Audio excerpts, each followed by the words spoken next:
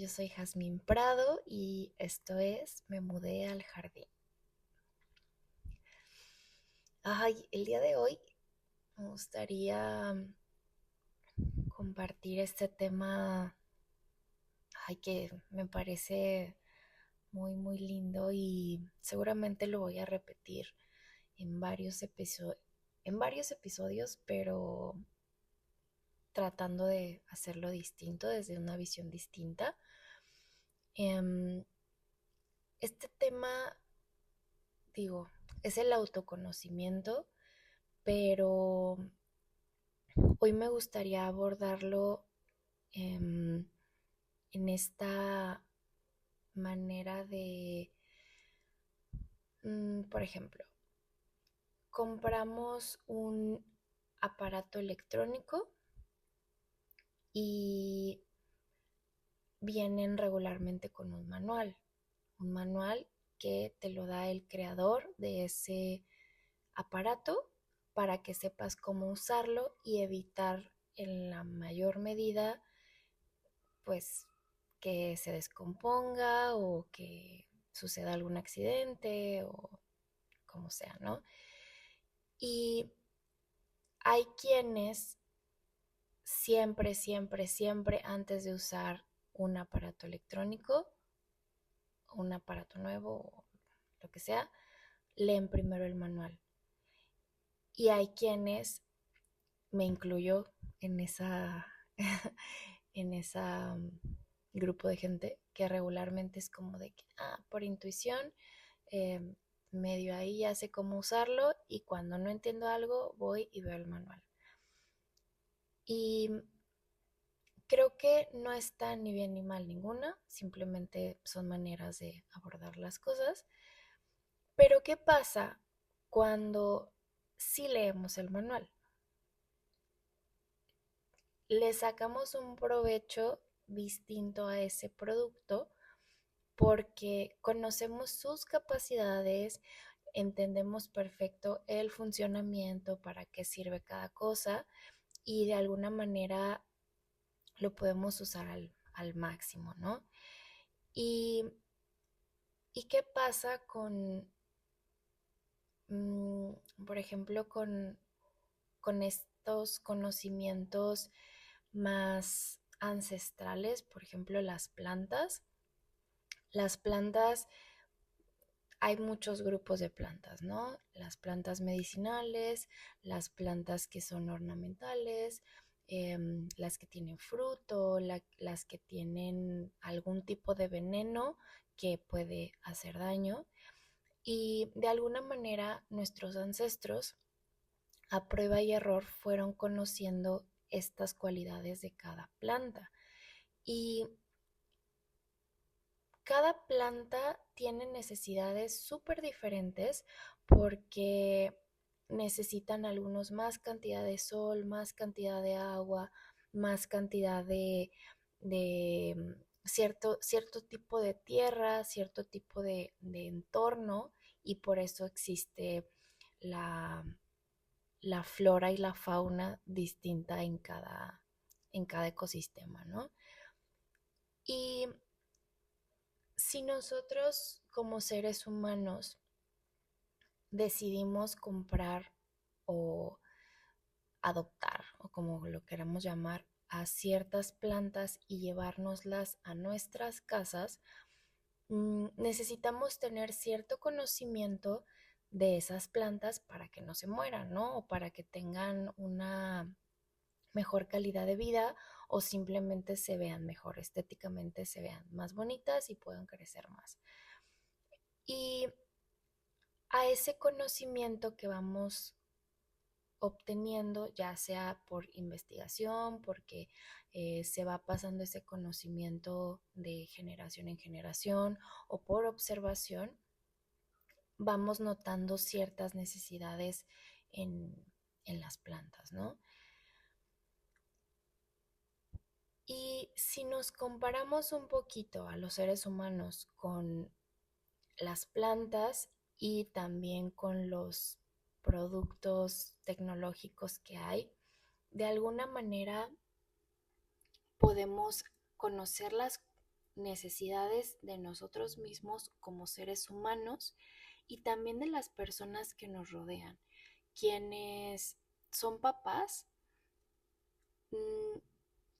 notan las diferencias que hay entre cada uno de sus hijos y cómo cada uno son distintos, aunque pues tengan a la misma mamá o el mismo papá, vivan en la misma casa, tengan los mismos horarios.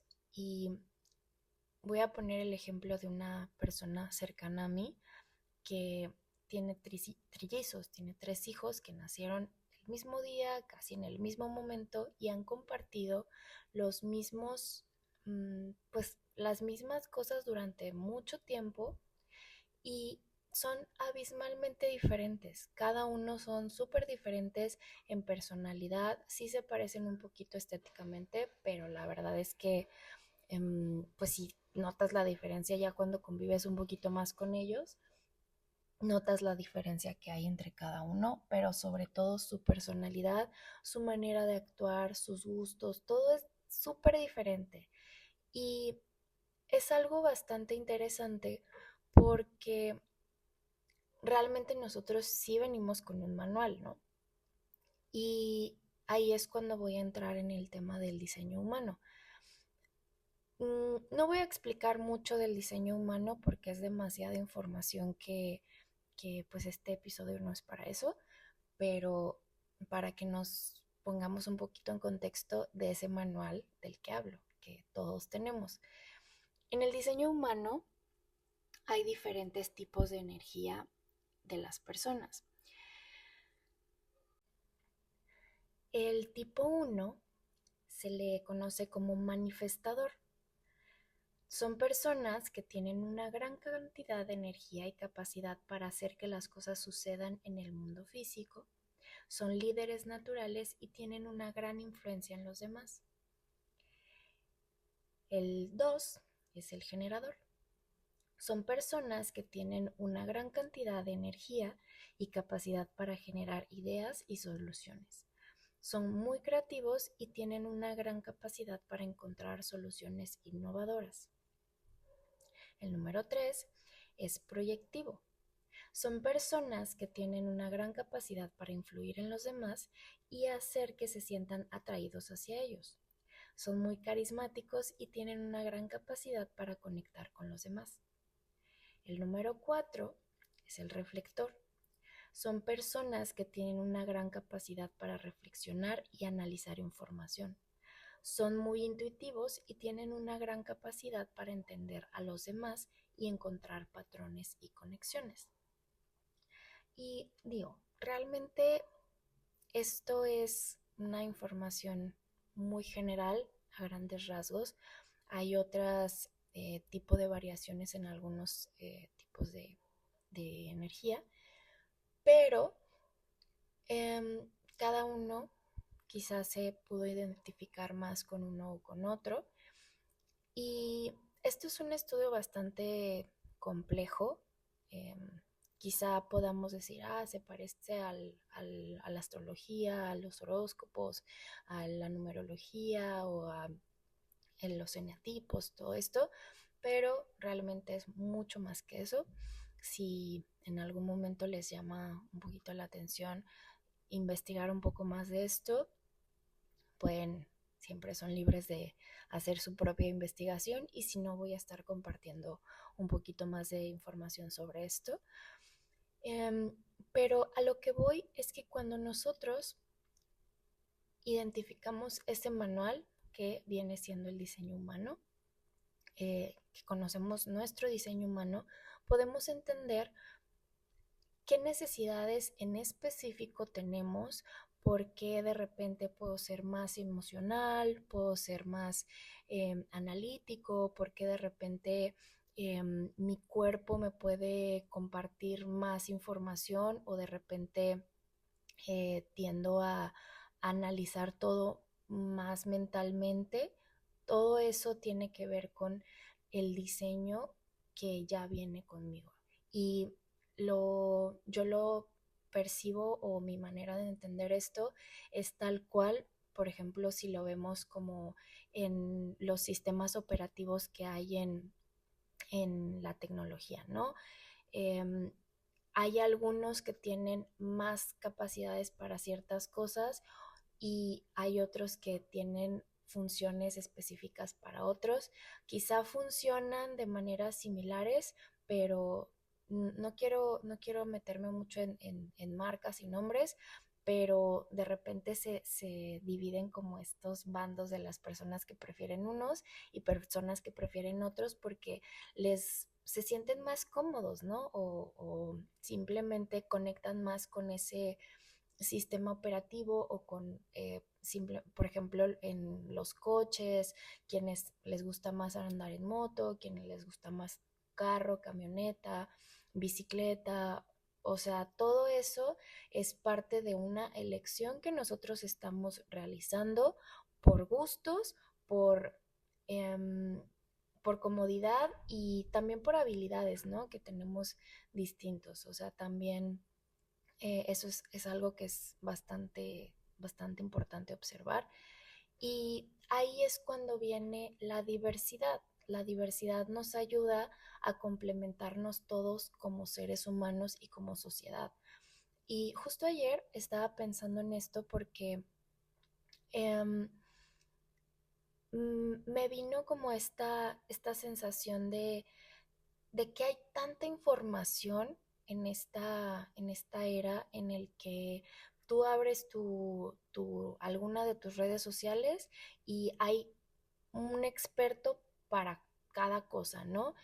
Y de repente en lo personal me ha pasado que a veces puedo sentir esta frustración de decir, ay, es que no conozco de este tema y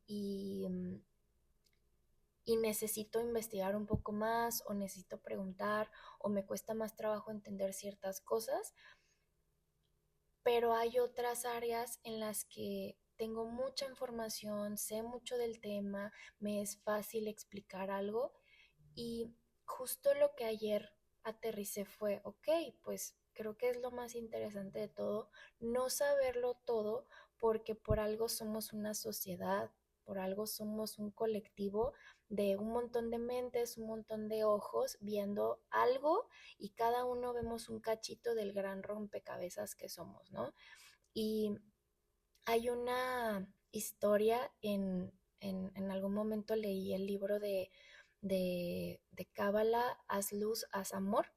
Está bastante interesante ese libro, en el que te explica cómo funciona esto de la energía única o el alma única que en algún momento somos y te explica cómo la esencia de Dios, qué es Dios y te lo explica como que la energía única ya se conocía tanto a sí misma que se aburrió de solo estar ahí junta y se dividió, se fragmentó para volver a reconocerse, ¿no?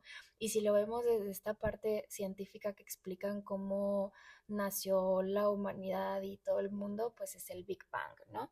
Que explotó y se formaron por el medio de la evolución un montón de planetas y seres vivos y de ahí venimos todos.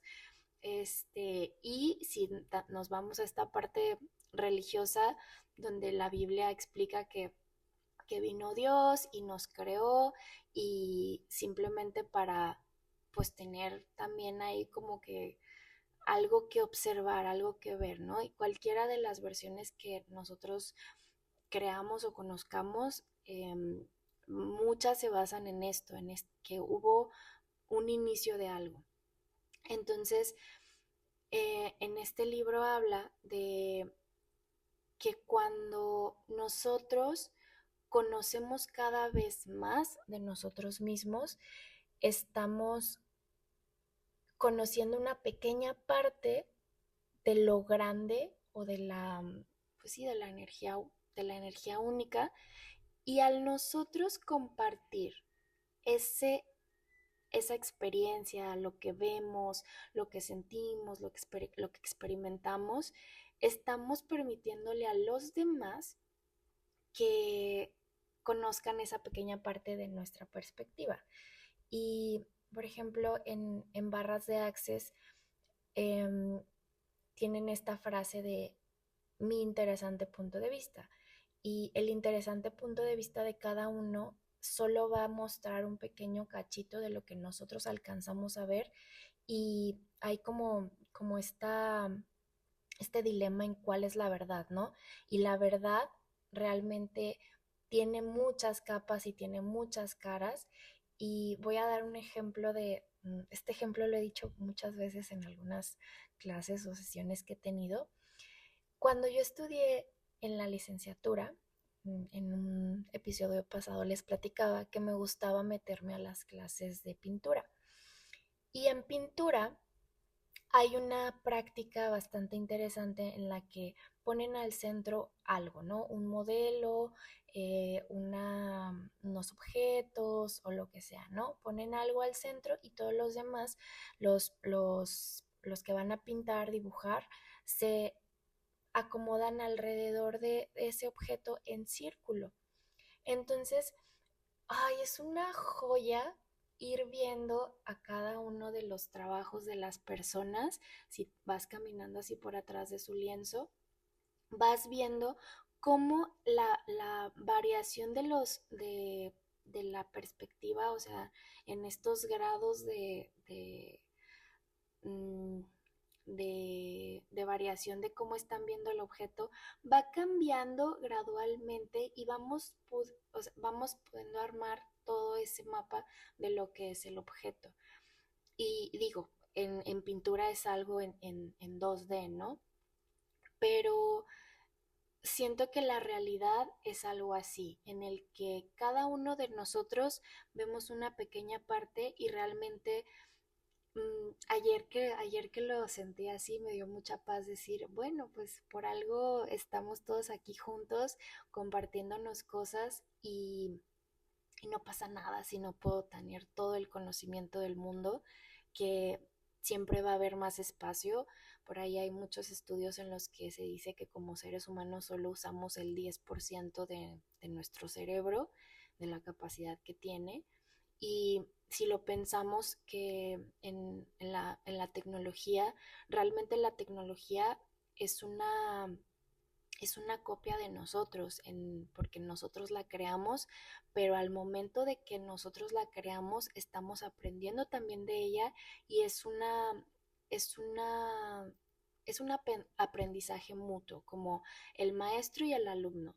El maestro no lo sabe todo y el alumno tampoco lo sabe todo, pero al convivir uno con otro se está aprendiendo mientras, por ejemplo, si yo estoy dándole clase a alguien, yo estoy aprendiendo de ese alumno de cómo enseñarle un algo que yo ya sé y el alumno está aprendiendo de mí algo que no sabe pero que yo sí sé y al él no saber ese algo y yo sí saberlo pero no saber cómo explicárselo, ahí es cuando sucede esa magia de ir evolucionando en conjunto y de alguna manera el autoconocimiento nos va dando eso. La información ya está ahí disponible siempre, pero al momento de que nos damos el espacio de ponernos a preguntar, a observar, pues suceden un montón de cosas. Y yo trabajo mucho con el cuerpo, con la respiración, con el movimiento, con esta posibilidad de meditar en movimiento. Y siempre me gusta hacer preguntas, siempre me gusta cuestionar, que también es algo que he agarrado mucho de las herramientas de Barras Access, que es preguntar. Preguntar porque te da espacio a que tienes un montón de respuestas, pero ya cuando afirmamos algo, nos cerramos a que solo existe esa posibilidad. Pero cuando lanzo una pregunta, por ejemplo, vamos a hacer un pequeño ejercicio.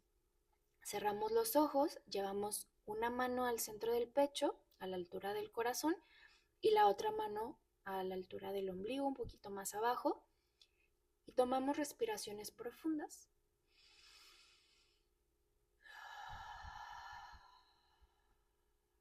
Nos regalamos otra más, inhalo.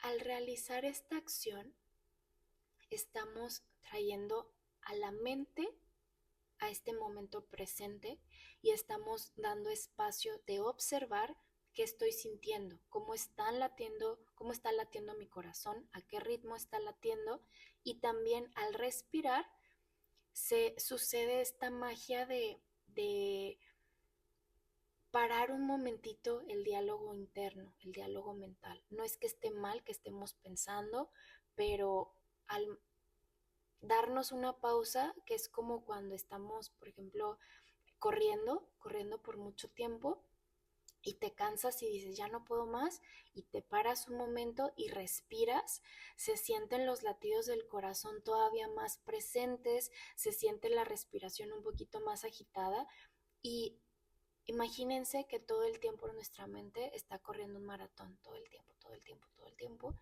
y por eso de repente nos cuesta trabajo dormir, porque ni dormidos estamos descansando, porque la mente todo el tiempo está activa, el cerebro todo el tiempo está activo.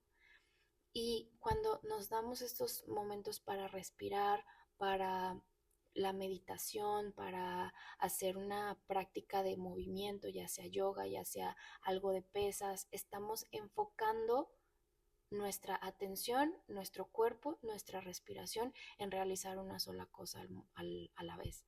Que la mente solo puede poner atención en una cosa a la vez. Entonces, por eso, cuando hacemos actividad física, cuando nos ponemos a dibujar, cuando nos ponemos a cocinar, todas estas actividades que nos ayudan a poner la atención en algo que no sea la mente, por eso nos da tanto bienestar, porque realmente nos le damos ese momento a la mente para que no que se calle, pero que vaya un poquito más lento.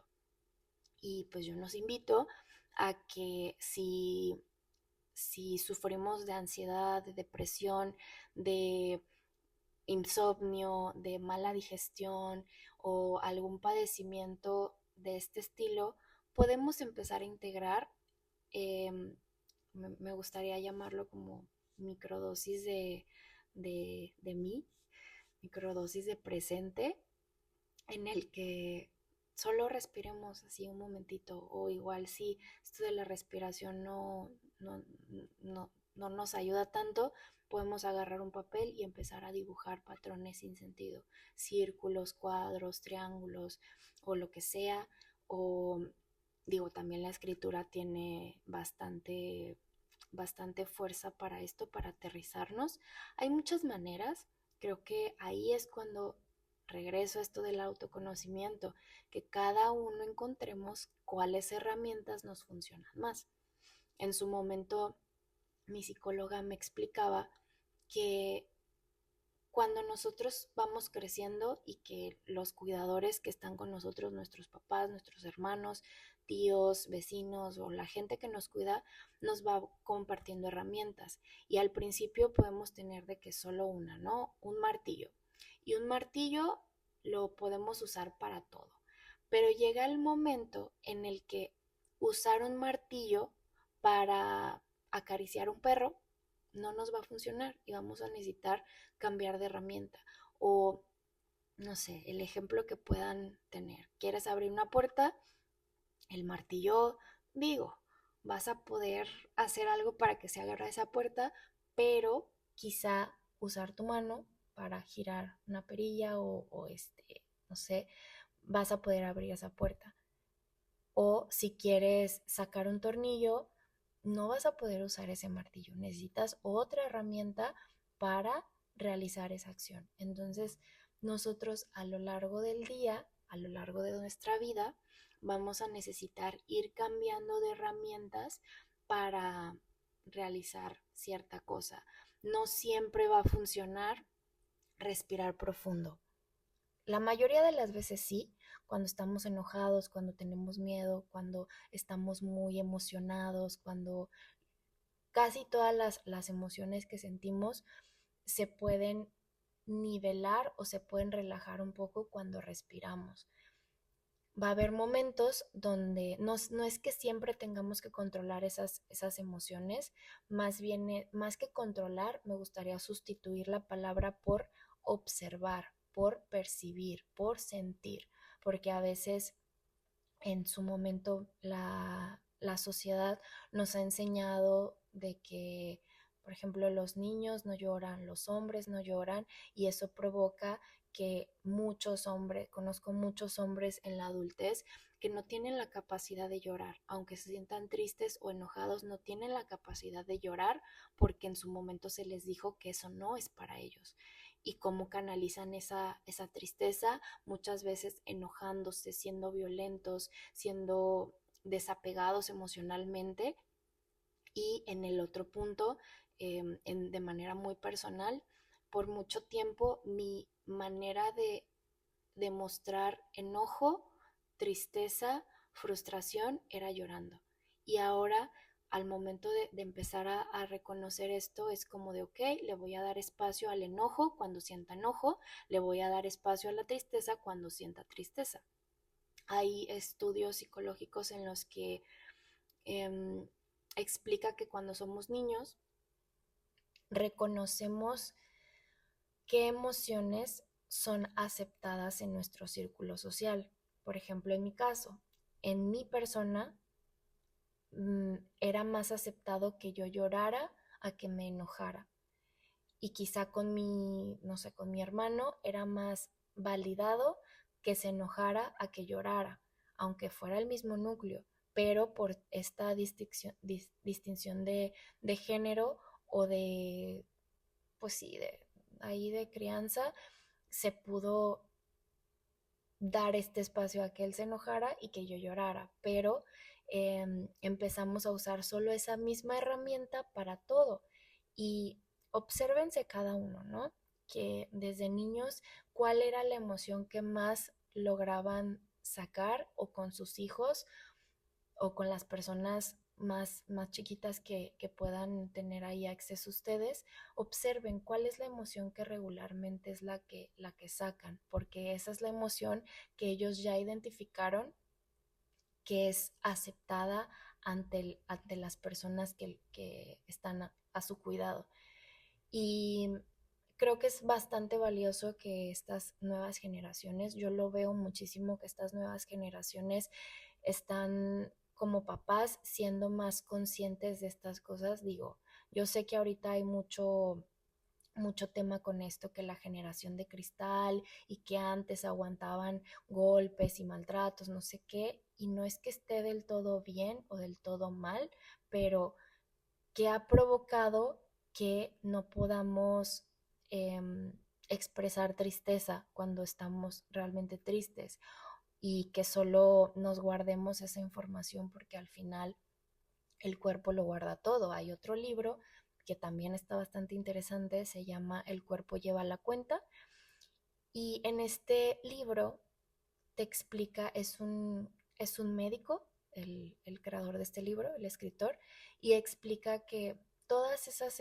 sensaciones o vivencias que tenemos se van guardando en el cuerpo y en la mente. Se hace como, imagínense que es como una foto cuando te sucede un trauma, y cada que tú recuerdas ese suceso, tu cuerpo vuelve a generar esos mismos estímulos en tu cerebro y tú vas a sentir que está pasando en el momento presente, porque la mente no identifica cuál es el presente y cuál es el pasado y cuál es el, perdón, no identifica cuál es el futuro y cuál es el pasado, solo identifica el presente.